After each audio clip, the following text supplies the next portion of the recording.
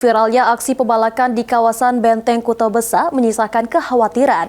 Para pengunjung berharap kejadian serupa tidak terulang dan meminta pemerintah lebih serius menjaga keamanan.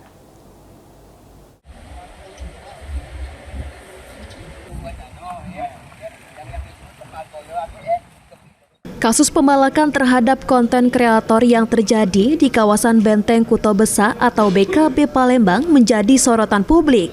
Meski pelaku telah diamankan dan pemerintah Kota Palembang telah menurunkan petugas untuk berjaga, kekhawatiran masih dirasakan sebagian pengunjung.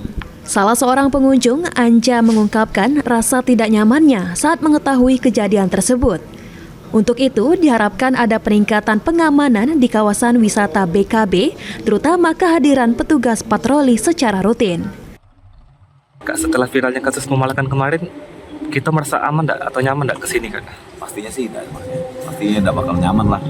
Karena ya siapa sih yang ngerasa nyaman kalau ngerasa dipalak, karena kita juga udah bayar parkir di depan, ternyata dimintain di dalam lagi kan, Mas. Oke. Kak, apa yang harus dibenahi agar BKB ini benar-benar aman dan untuk semua orang, Kak? Lebih ke mungkin pengamanannya kali, Mas ya. Atau ada dari instansi kayak Pol PP atau apa pengamanan lain lah buat yang standby berkeliling di sini. Hal senada disampaikan pengunjung lainnya, Ibnu.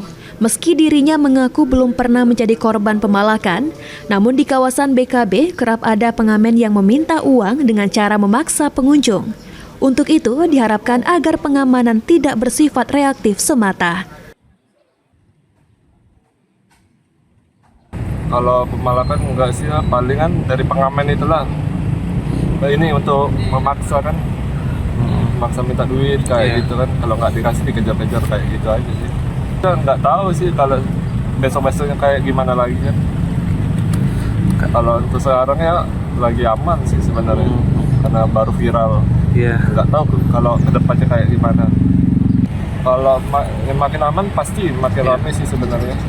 Kalau dari orang lokal sih jarang maksudnya ke BKB ini, karena tadi tuh karena pengamen, parkir liar. Hafid Zainul, PAL TV.